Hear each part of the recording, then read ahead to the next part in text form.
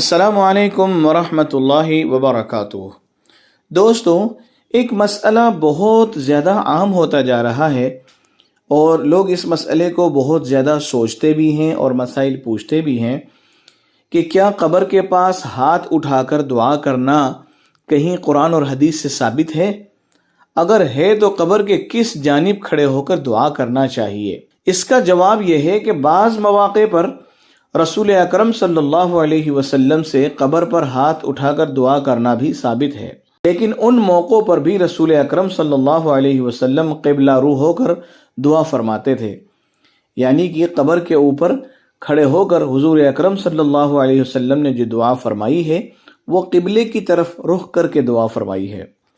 اسی لیے ادب یہ لکھا گیا ہے کہ قبر کی طرف رخ کر کے دعا مانگنے میں صاحب قبر سے مانگنے کا ایک شبہ ہو سکتا ہے، اس لیے بہتر ہے کہ قبر پر جا کر دعا کرنی ہو تو ہاتھ اٹھائے بغیر ہی دعا کر لے، اور اگر ہاتھ اٹھا کر دعا کرنی ہو تو قبلے کی طرف رخ کر کے ہاتھ اٹھا کر دعا کر لی جائے، تاکہ قبر یا صاحب قبر سے مانگنے کا شبہ لوگوں کے دلوں کے اندر پیدا نہ ہو جائے۔